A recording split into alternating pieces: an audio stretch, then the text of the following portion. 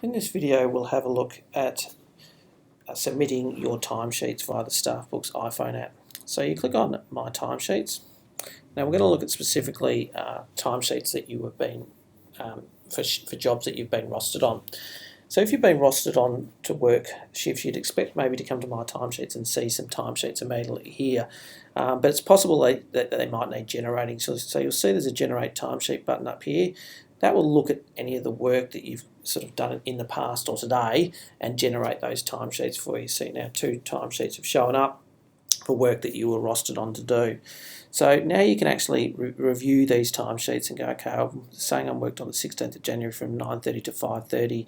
I didn't have a break and this was the role. Now, if you click into the timesheet, you can actually edit some of this information. Now, you can't edit the client, the venue, or the role, but you can edit the start time. You might say, look, I was called in early, so I ended up starting at 9:05 or whatever it was. And likewise, you might go, look, I ended up going home a little bit earlier. So you can do that sort of thing. You can add a break, hit the break button, click Add Break, choose the break length, and then you can select what time the break actually happened. So you might say it was at 12 o'clock I had my break. You can add an expense to a shift or to your timesheet. So you click Add Expense, enter the description of it, so it might be a meal. You can enter the units, which is really I had 1 meal, and it might be that it costs $15 as an example.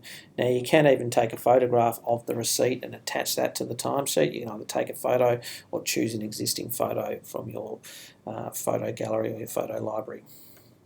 Once you're done, you just hit Add Expense.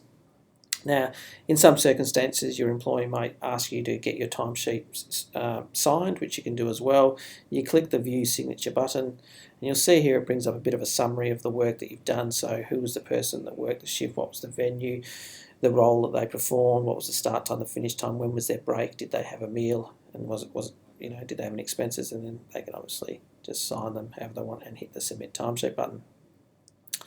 Now you notice that'll take you back to the timesheet page, and you'll see now this timesheet's been submitted through to payroll. So, and you'll see it's marked green to indicate that it's been approved, and it's also listed as submitted. Now this will cycle out of your timesheets area. It'll appear here for a moment until your payroll administrator reviews the timesheet and runs the pay run.